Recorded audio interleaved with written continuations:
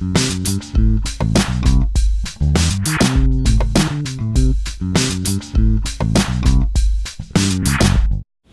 everyone, this is Keith Robinson, Executive Vice President with Better Homes and Gardens Real Estate. And today I want to talk to you about a marketing concept that I violated so many times in the beginning of my sales career. This concept is know your audience.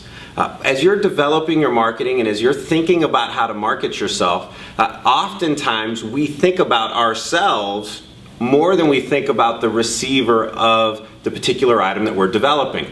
We spend a lot of time worrying about the font size and how we're going to look when this gets delivered and the perfect color for this particular jumbo size postcard, and we spend a ton of time worrying about our headshot. But we don't always spend as much time thinking about the individual who's going to be receiving this piece of mail. If you were sending mailers into a neighborhood that's primarily short sale, you don't want to tell them about how great the market's going because their personal market, candidly, isn't going that great. So you need to make sure that you spend some time thinking about the receiver of the communication. There are two participants. There is the sender of the information and the receiver of the information anytime there's communication.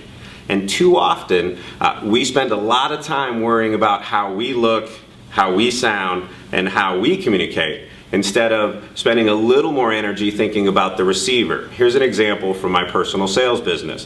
When I first started in the business, I used to write letters that would just be on a Word document, and it would just sort of be Keith's thoughts about the last month in real estate. And I'd make them funny and kind of quirky and kind of goofy, because that's who I am.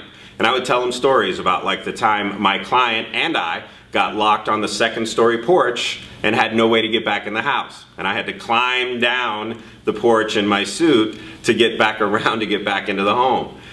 They loved receiving them.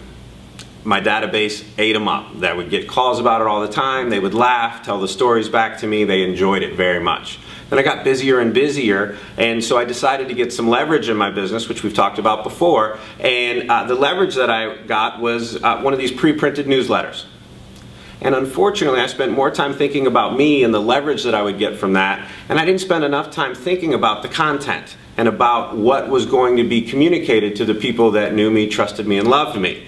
And it had a lot of things that didn't have anything to do with me, like pumpkin crisp recipes, gardening tips, things that anyone who knows me knows that I wouldn't have made sure went into my newsletter. So the important thing to do is think about the receiver, know the audience, and think about what they want to hear, and still be you, still be yourself, still communicate who you are, but tell them what they want to hear and worry more about that instead of what you want to say. If you use that tip when you're thinking through your marketing, I promise you, you'll put out better marketing pieces. So make sure you use that. Thanks so much, guys, and have a great day.